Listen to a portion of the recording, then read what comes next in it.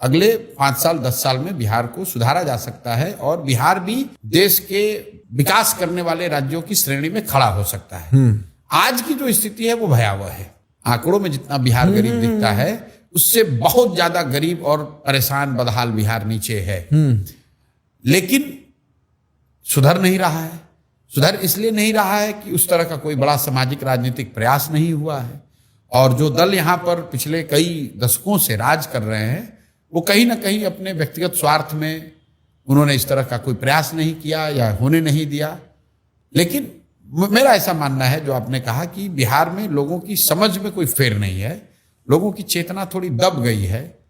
जब आप बहुत लंबे समय तक अंडर परफॉर्म करते हैं, गरीबी बदहाली में रहते हैं, तो इमेजिनेशन कटेल हो जाती है। इमेजिनेशन कटेल हो जाती है और बहुत लोग आपको बेवकूफ समझने लगते हैं। सही बात, सही बात। वही हाल बिहार के लोगों की है। लोग बिहारी मतलब बुर्बक, बिहारी मतलब अनपढ़, लोग समझते हैं बिहार में लोगों को समझ नहीं है। ऐसी बात नहीं है। ये राज्य ज्ञान की भूमि रहा है, देश का गौरवशाली इतिहास है, देश के अन्य भागों का भी बड़ा गौरवशाली इतिहास है। लेकिन अगर आप हिस्ट्री को बहुत ध्यान से देखेंगे तो सिर्फ अतीत की बात हो तो सबसे गौरवशाली इतिहास बिहार का रहा है। In many ways it is very true. सबसे गौरवशाली इतिहास रहा है। लेकिन ये कालखंड है, पिछला 40, 50, 60 साल बिहार के लिए बहुत दुखद और कष्टदायक रहा है। लेकिन मेरा ऐसा मानना है कि कभी तो सूरज फिर उठता है, कभी तो सूरज उगेगा, कभी तो यहाँ के लोगों की किस्मत सुधरेगी।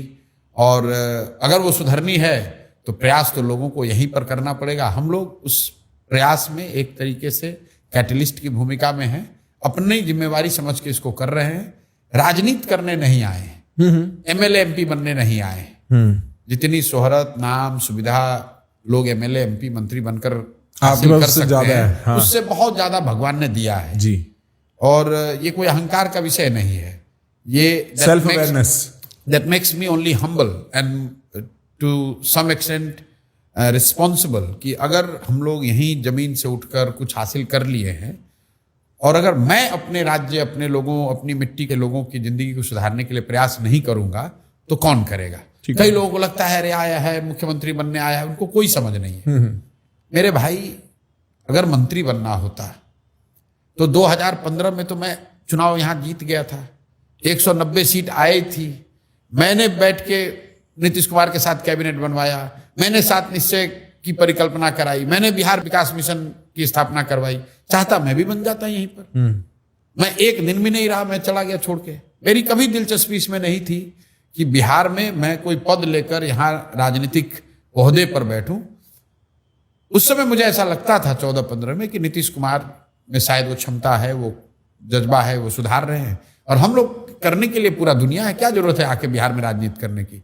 लेकिन एक समय आया 2019-20 कोविड के बाद से 1 साल के मेरे जीवन का भी रिफ्लेक्शन का, जो मैंने बिहार और बिहारियों की जो दुर्दशा देखी और कहीं ना कहीं एक तरीके से नीतीश कुमार के सुशासन का जो पर्दाफाश देखा, उनकी इनसेंसिटिविटी देखी, उनकी संवेदनहीनता देखी, तो लगा कि नहीं, ये बिहार में जाकर अगर हमारे जैसा व्यक्ति हिम्मत करके कुछ नहीं करेगा तो कोई हिम्मत नहीं कर पाएगा। इसलिए यहाँ वापस आए हैं और बिल्कुल संकल्पित हैं। 2 बरस लगे, 5 बरस लगे, 10 बरस लगे, सब कुछ जीवन में जो कुछ भी है वो बिहार को सुधारने में लगाए हुए हैं और पीछे नहीं हटेंगे। कई लोग हमको कहते हैं भैया बड़ा कठिन काम ले लिए। मेरे घर वाले, मेरे दोस्त मित्र, जानने वाले, सहयोगी सब यही कहते हैं ये तो बहुत कठिन काम आपने ले लिया है। मैं कहता हूं भाई कठिन है इसलिए मुझे करना है, कोई दूसरा नहीं हिम्मत करेगा इसलिए मुझे करना है।